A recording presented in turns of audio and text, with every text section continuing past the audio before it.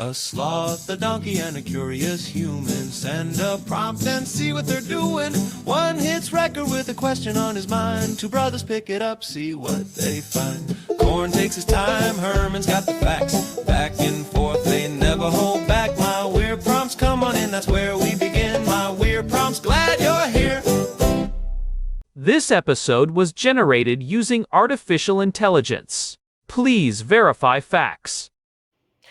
Hey Herman and Corn. So before I ask today's prompt, I want to just put across a quick and important disclaimer for anyone else who happens to catch this episode, which is that nothing on this podcast ever, but especially now including any thoughts that Herman and Corn may have on this topic, should ever be constituted as personal guidance, especially not for any matters related to safety. This podcast is offered on an informational and best effort basis and is in most part, not my part, but the rest of it, AI generated, and therefore verify facts, as we always say at the start of the episode.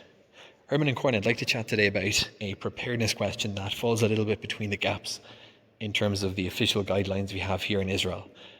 The official guidelines in Israel regarding safe shelter are prepared and maintained by the Home Front Command, called in Hebrew Pikud HaOref, and they have the decision-making logic mapped out for where you go for shelter, and it's been played on the news at least 100 times today on the radio stations, Mamad, Mamak, or Miklat Siburi, which means if you can get to your Mamad at home, that's a protected space inside your home, go there. If you don't have time to go there, go to Mamak, which is a protected space on the floor level of an apartment. Some buildings have those.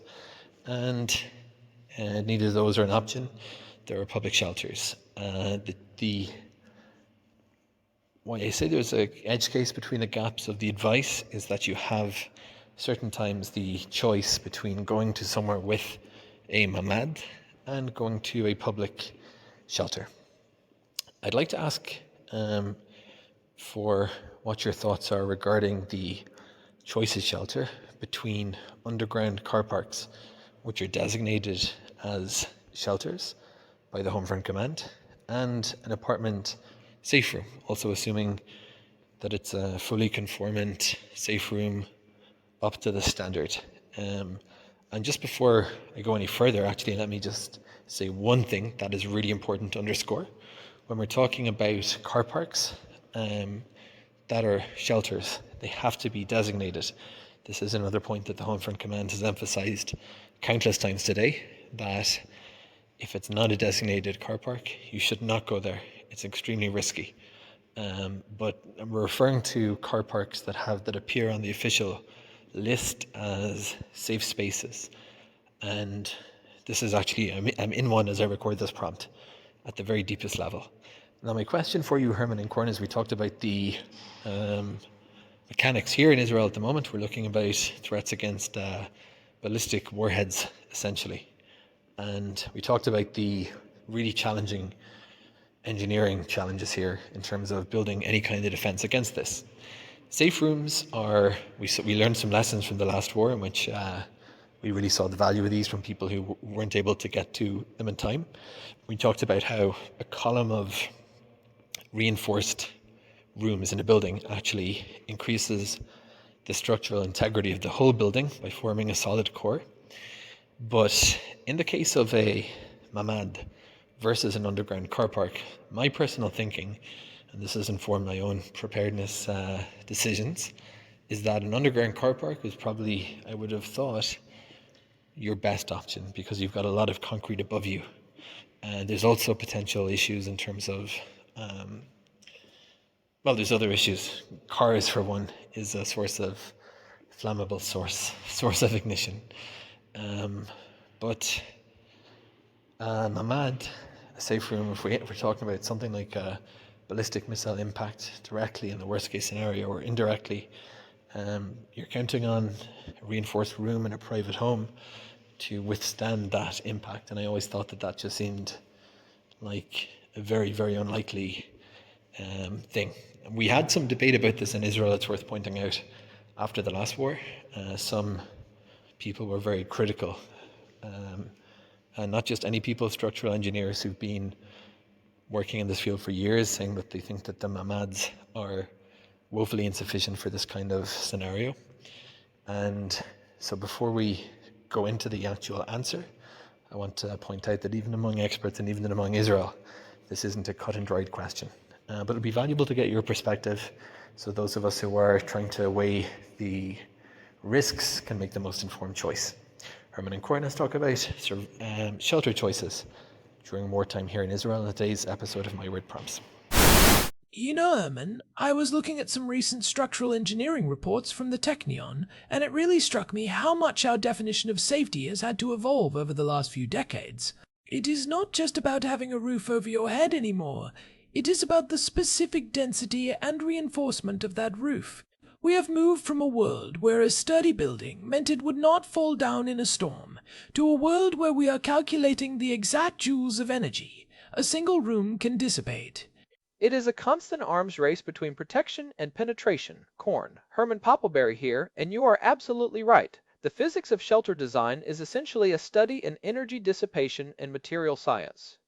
When we talk about modern civil defense, we are asking how much kinetic and thermal energy can a structure absorb before it fails. It is a grim topic, I will grant you that. But the engineering behind it is honestly some of the most sophisticated work being done in civil engineering today. We are talking about high-performance concrete, complex rebar geometries, and blast wave dynamics that would have been unthinkable for residential construction 40 years ago. It really is. And that leads us directly into what we are exploring today. Today's prompt from Daniel is about a choice many people in Israel are facing right now, especially given the heightened tensions and the technological shifts in the region over the last few years. Daniel is asking about the trade-offs between an apartment safe room, known as a mamad, and those deep underground car parks that have been designated as public shelters.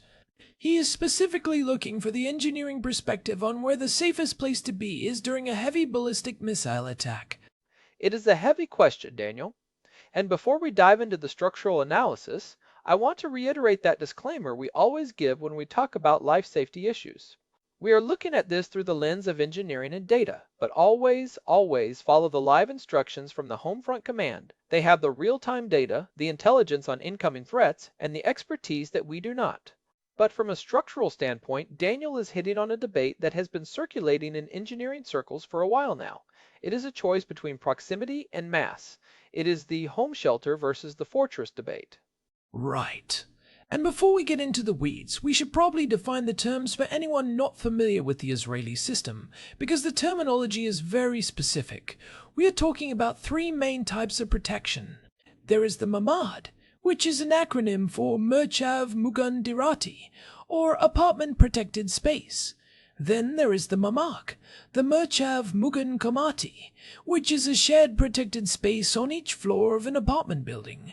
And finally, the Miklat, which is a more traditional bomb shelter, often located in the basement, or even completely underground and separate from the building.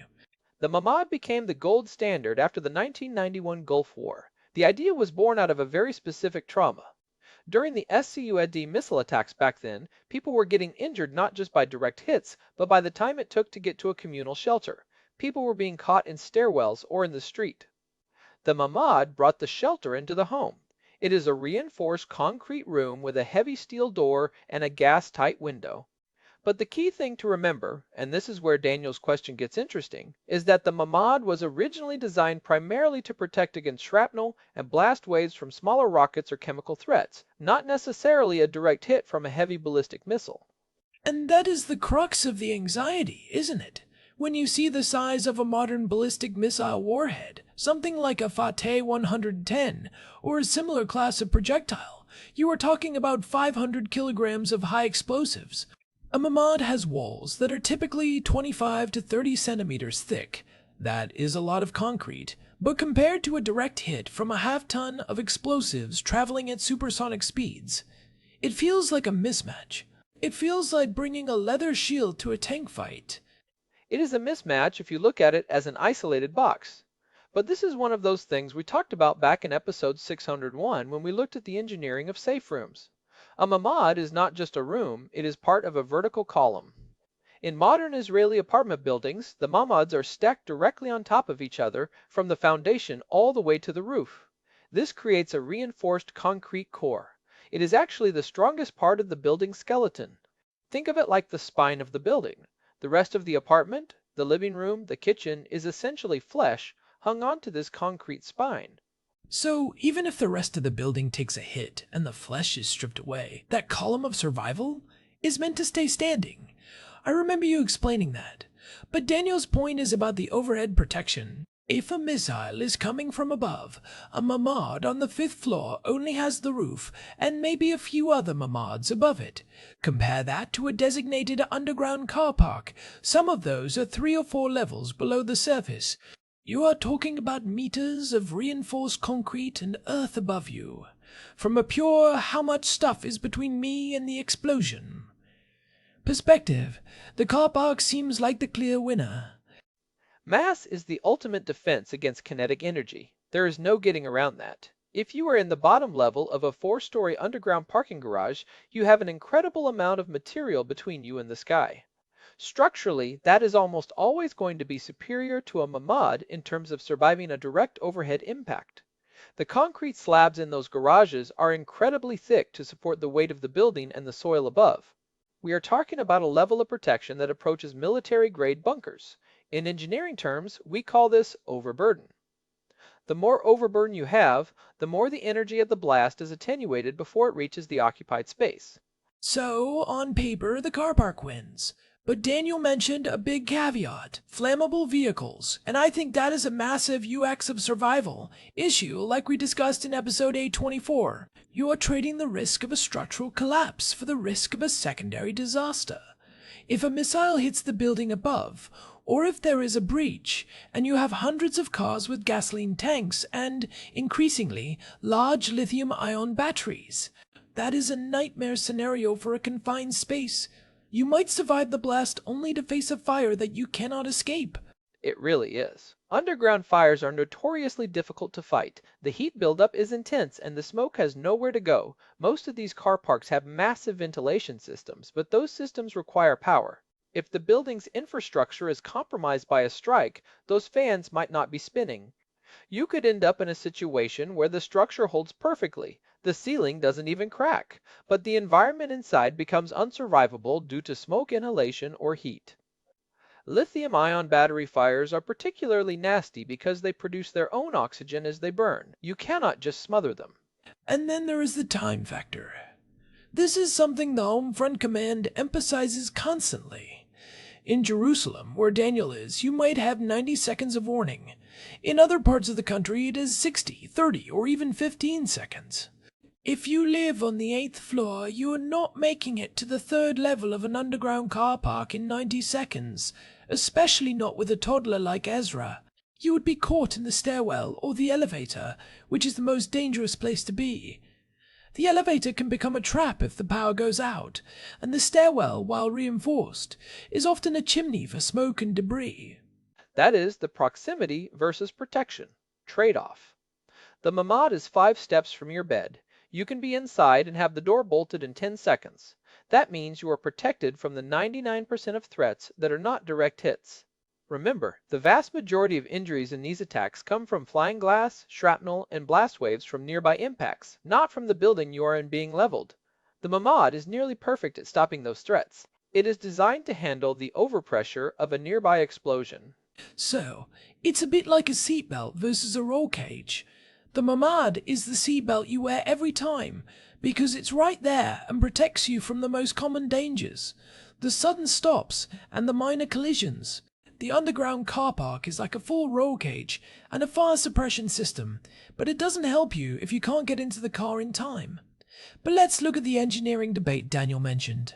He said, structural engineers are still debating if a mamad can actually withstand a ballistic impact. What is the latest on that as of early 26? There was a lot of soul-searching after the conflicts in 21 and 23, and even more so after the long-range threats we saw in 24. We saw some instances where very large rockets caused significant damage to older structures. The debate isn't so much about whether the concrete will hold. We know a direct hit from a heavy ballistic missile will likely penetrate 30 centimeters of concrete. The laws of physics are pretty clear on that. The debate is about the systemic failure versus localized failure. Meaning the whole building coming down versus just one room being destroyed. If a missile hits the top of the building, does the Mamad column hold? Recent simulations and real-world data from the last 2 years suggest that the column design is incredibly resilient. Even if the outer walls of the apartments are blown away, that central core tends to remain standing. It is a fail-safe design. But there is a new concern that engineers are focusing on, the door and the window. The steel door of a Mamad is designed to withstand a certain amount of blast pressure, typically around 1.2 bars of overpressure. A large ballistic missile exploding nearby can generate pressures far exceeding that. So the room stays intact, but the door becomes a projectile? That sounds like a terrifying failure mode. Or the frame buckles. There have been updates to the building codes. I think it was Amendment 28 to the Civil Defense Regulations that increased the requirements for the thickness of the steel and the way the frames are anchored into the concrete. If you are in a building built in the last 5 or 6 years, your Mamad is significantly tougher than one built in the 90s. The reinforcement density, the amount of rebar per cubic meter, has gone up. But Daniel's point stands, it is still not a bunker. It is a protected space. Let's talk about the car parks again. Daniel mentioned he was actually in one while recording his prompt. When the Home Front Command designates a car park as a shelter, what are they actually looking for?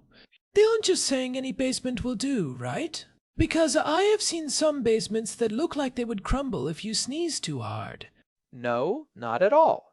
A designated car park has undergone a specific certification. Engineers look at the slab thickness, usually looking for at least 40 to 60 centimeters of reinforced concrete for the first level and more for deeper levels. They look at the number of support columns and the punching shear resistance. Crucially, they look at the ingress and egress points. Are there at least 2 separate ways out? They also look at the ventilation. In many of these newer buildings in Jerusalem and Tel Aviv, the car parks are built with dual-purpose infrastructure. They have blast doors that can be rolled shut, and the ventilation systems have CBRN filters, that is chemical, biological, radiological, and nuclear filters. So those are essentially massive public bunkers that just happen to have cars in them during peacetime. It is a clever use of urban space, but it brings us back to those cars. If I am Daniel, and I am standing in a designated car park, I am looking at a row of Teslas and thinking about thermal runaway. Precisely. And in those cases, the fire risk is mitigated, at least in theory, by heavy-duty sprinkler systems and fire-rated walls between sections. But Daniel's concern about the flammable vehicles is still valid. Even the best sprinkler system can struggle with a lithium-ion battery fire. If I were making the choice, I would be looking at the specific level of the car park. Level -1 is basically just a basement with a bit more concrete. Level -4? Now you are talking about serious protection. At that depth, you are shielded by the mass of the entire building above you. But then you are back to the 90-second dash. It feels like the Mamad is the rational choice for most people, because it guarantees you will be in a protected space when the impact happens. The car park is a high-stakes choice. If you make it, you are safer. If you don't, you are much, much worse off. You are caught in the open or in a vulnerable stairwell during the most dangerous moment. It is a classic risk-reward calculation.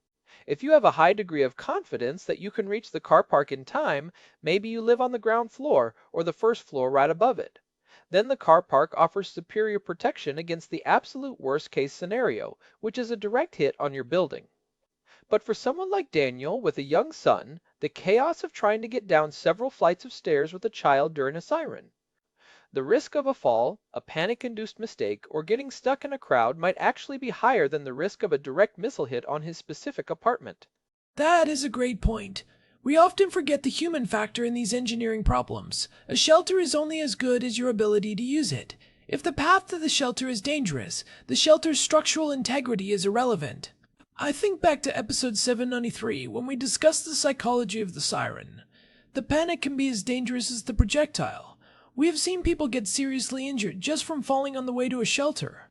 And there is another technical detail we should mention regarding the Mamads.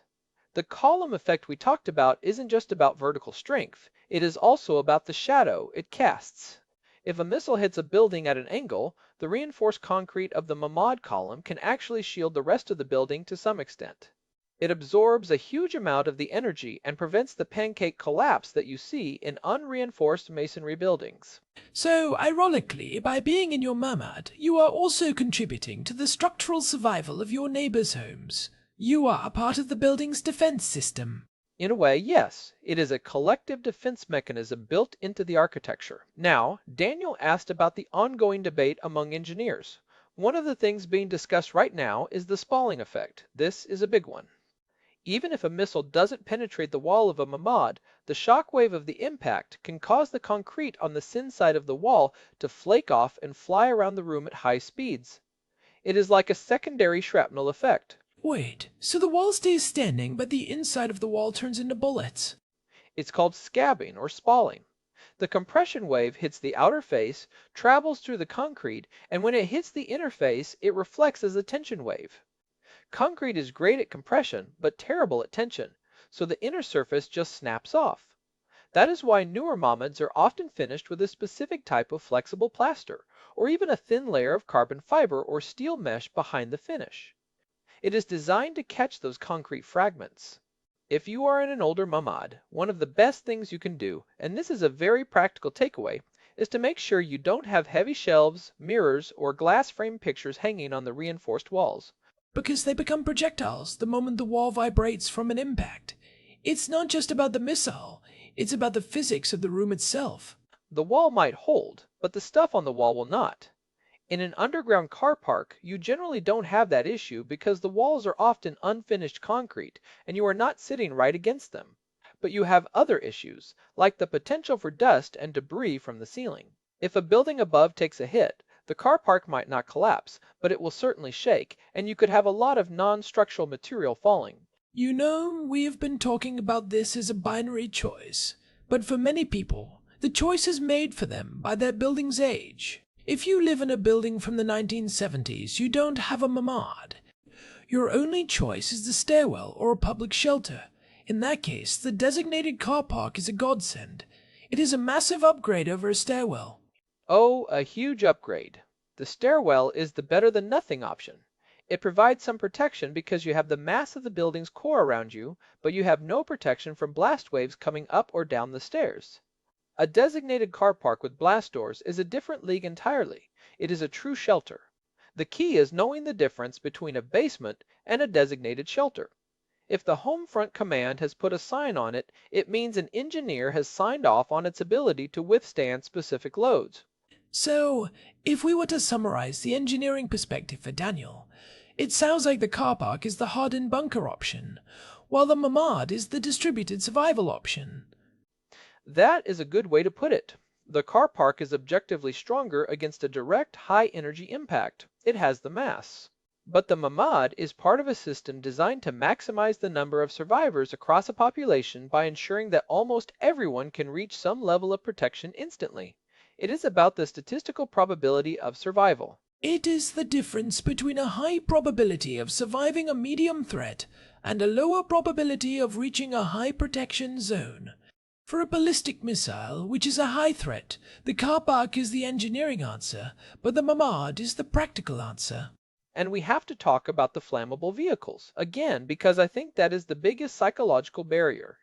If you are in a car park and you hear a massive impact above you, your first thought is going to be, is there a fire, and can I get out? The Mamad has a window. It sounds counterintuitive, but being able to see out, even through a heavy steel shutter, and knowing you have a clear exit into your own home is a massive psychological advantage. It prevents that feeling of being buried alive. Right, the entombment. Fear in an underground car park is real. If the ramps collapse or the doors jam, you are in a very difficult spot. In a Mamad, you are on an external wall. Even if the building is damaged, search and rescue teams can reach you from the outside. That is actually one of the design requirements for Mamads. The window has to be accessible for rescue. It is a double-edged sword because the window is a weak point, but it is also a survival point. That is a huge point, Corn. The Israel National Fire and Rescue Authority has specific protocols for Mamad rescues. They can use cranes and external cutting tools. Rescuing 500 people from the fourth level of a collapsed underground car park?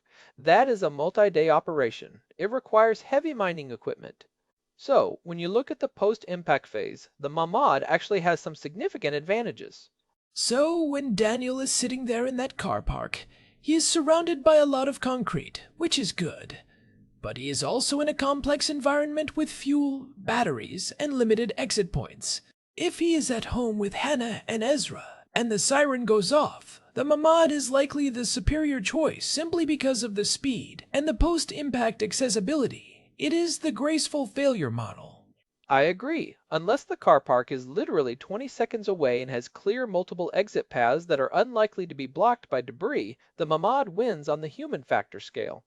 But from a pure will this slab stop a 1-ton missile? Perspective? The car park is the winner. It is the brute force solution. It is fascinating how these two different philosophies of protection exist side by side. One is about brute force mass, and the other is about integrated systemic resilience. It reminds me of the earthquake discussions we had in episode 602. You can't always stop the force, but you can design a system that fails in a way that keeps people alive.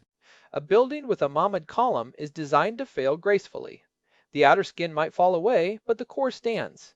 An underground car park is designed not to fail. But if it does, if the impact exceeds its design limit, it fails catastrophically. There is very little middle ground in a deep underground structure. That is a stark way to put it. Failing gracefully versus not failing until it's a catastrophe. I think that really helps frame the choice for Daniel. For most people, in most scenarios, you want the system that fails gracefully and keeps you accessible to rescuers.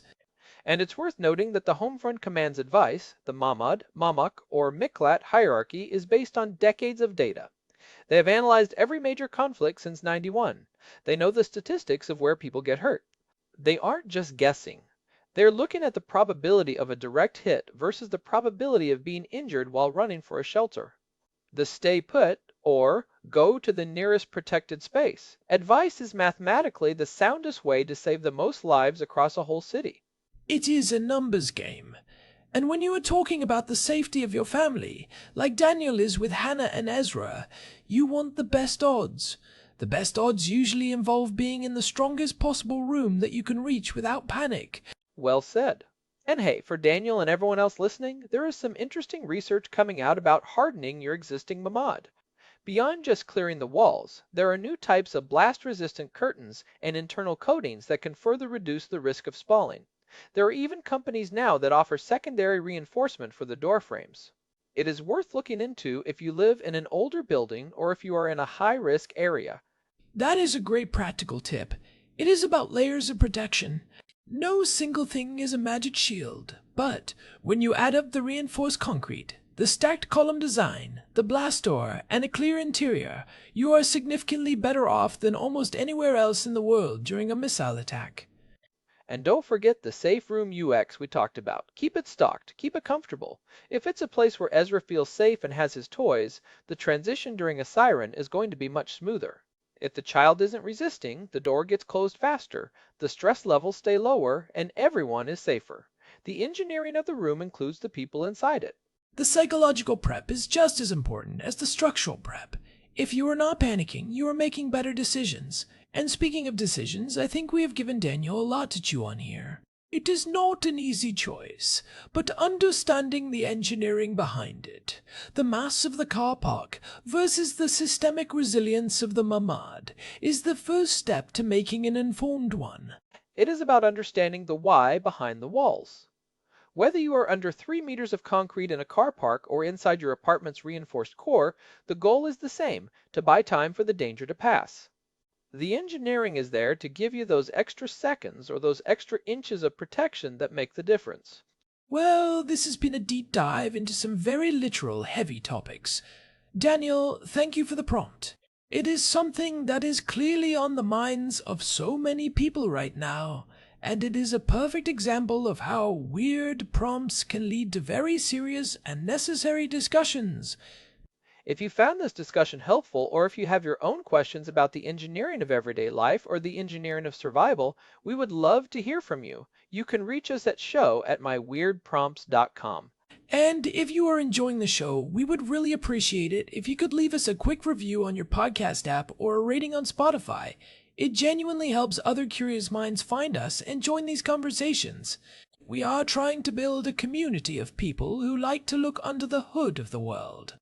It really does. You can find all our past episodes, including the ones we mentioned today about safe rooms and the UX of survival, at myweirdprompts.com.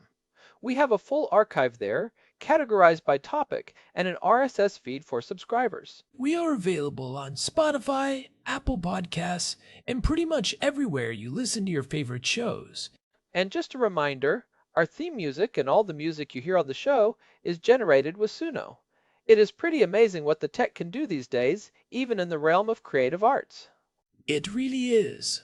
All right, I think that wraps it up for today. Stay safe out there, stay curious, and we will talk to you in the next one.